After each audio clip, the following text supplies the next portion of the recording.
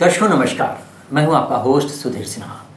दोस्तों, आज हम बात करेंगे उत्तर मध्य सांस्कृतिक केंद्र के सभागार में सुप्रसिद्ध कथाकार कामता नाथ की कहानी पर आधारित नाटक संक्रमण के शानदार मंचन की, जिसमें कलाकारों के अभिनय को देखकर दर्शक भी तालियां बजाते रहे और कलाकारों का उत्साहवर्धन करते रहे। तो चलिए बात करते हैं नाटक संक्रमण के प्रस्तुति की।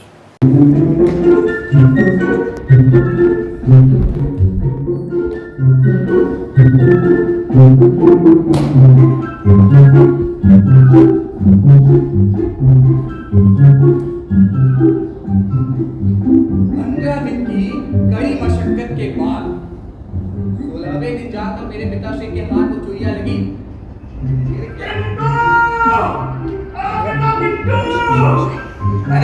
प्रयागराज की एक नाट्य संस्था थर्ड बेल ने हिंदी के सुप्रसिद्ध कथाकार कामता नाथ की एक कहानी का नाट्य रूपांतरित नाटक संक्रमण का जब उत्तर मध्य क्षेत्र सांस्कृतिक केंद्र के सभागार में मंचन किया तो आमतौर पर नाटकों से गायब रहने वाले दर्शक भी बरबस इसमें खिंचे चले आए। वहीं हास्य व्यंग से लबरेज और ग्रामीण परिवेश की बोली के साथ अभिनय करते कलाकारों ने भी चुटीले संवादों के जरिए एक मध्यम वर्गीय परिवार के दो अलग अलग पीढ़ियों के द्वंद्व को जब मंच से दर्शकों के सामने प्रस्तुत किया तो दर्शकों ने भी तालियों को बजाकर कलाकारों के अभिनय की जमकर सराहना की। वो इसलिए कि प्रस्तुत नाटक की डिजाइन सहज, सरल और बेहतरीन नजर आई।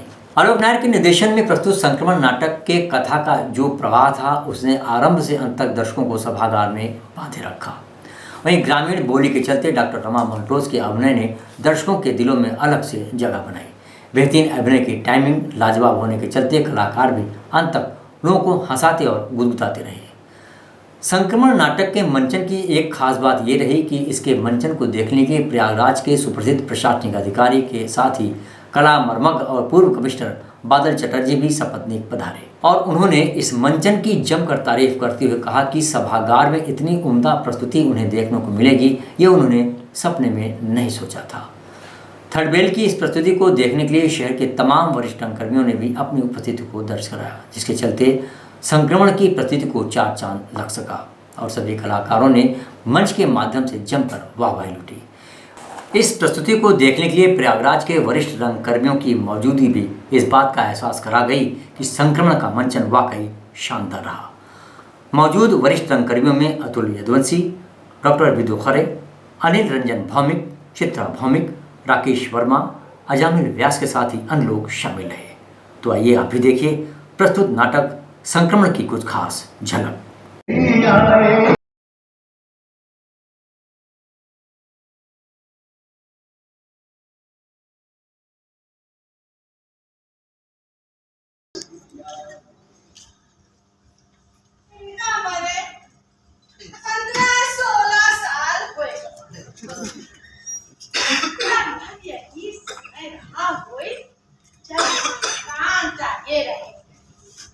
अच्छे भले स्ट्रेचर पर ले जाएंगे और लाश बाहर।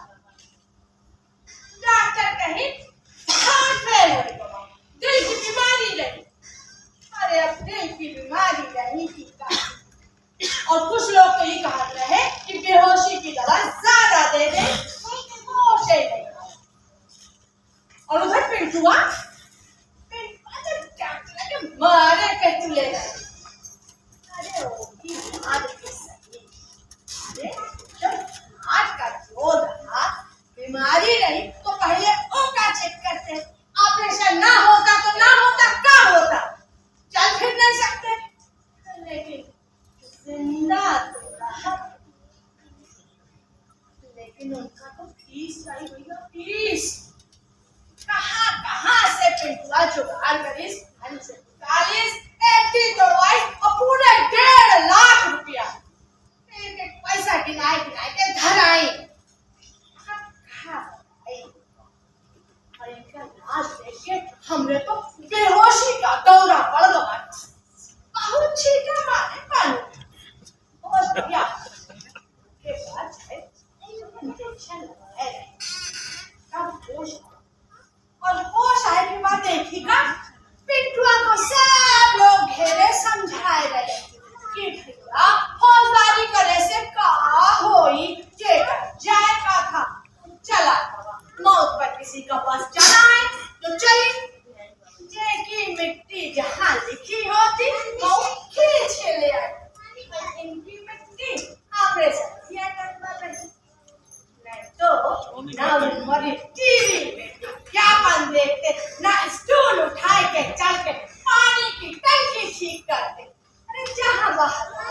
चार महीना और बढ़ता।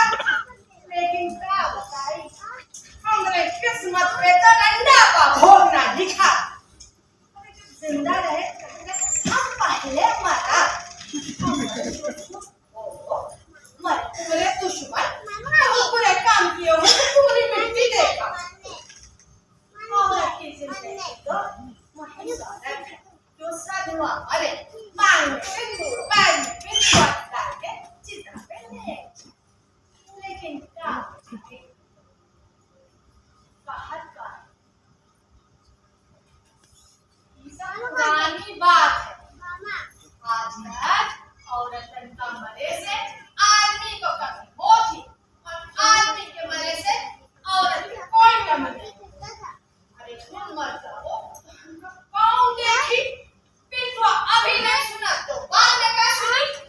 अरे बहुत समझावा कि तुम कोई दिन की रोटी खाओ, सुबह शाम टहलने जाओ, चिड़िया को दाना खिलाओ, छोटा सा पौधा का सीढ़ी छोटा बड़ा कहो।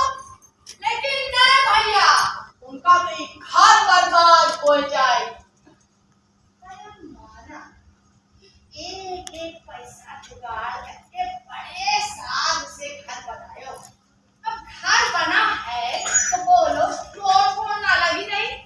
इतना सा अगर कहीं प्लास्टर कर दवा तो भगवान घर में अरे मिनटों मिस्त्री बुलाओ, मजदूर बुलाओ। अरे जवान बच्चा खाए खेले का समय है, वो का जिम्मेदारी समझी पर तुम समझे ना।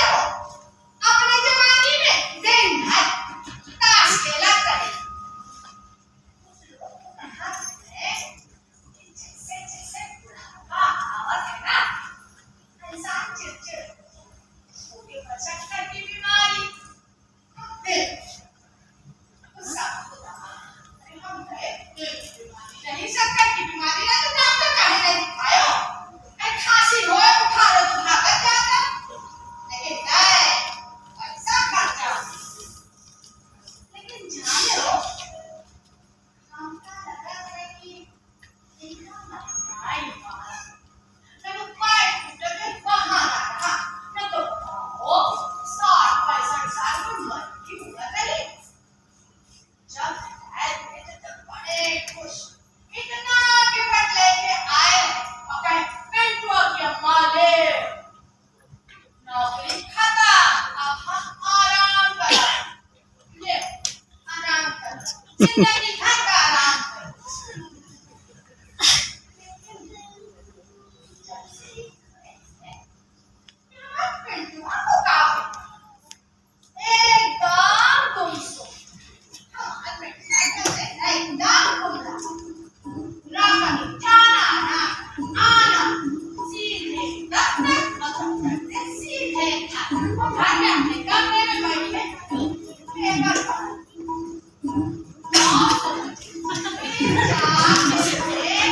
छोला लेके बाजार सब्जी और सुबह सुबह पूरा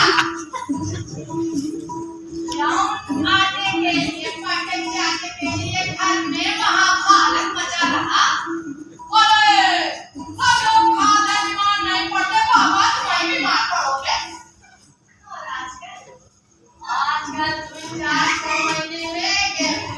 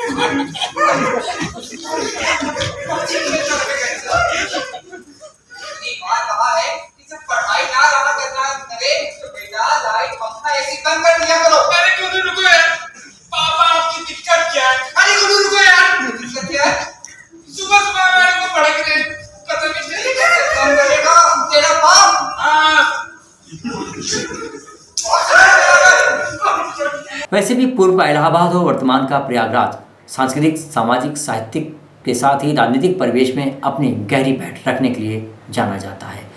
वहीं मंच के माध्यम जब कलाकार का बेहतरीन अभिनय हाल में बैठे दर्शकों के मन को छू जाए तो हर कलाकार को जहां वाहवाही मिलती है, वहीं इनके सपने भी मंच के माध्यम से साकार हो जाते हैं। तो आज के लिए बस इतना ही। मिलते हैं किसी खास खबर के साथ, तो बने रहिए जनतंबिस टीम के साथ और देखते रहिए जनतंबिस न्यूज़। दीजिए पूरी टीम को अनुमति। नमस्कार।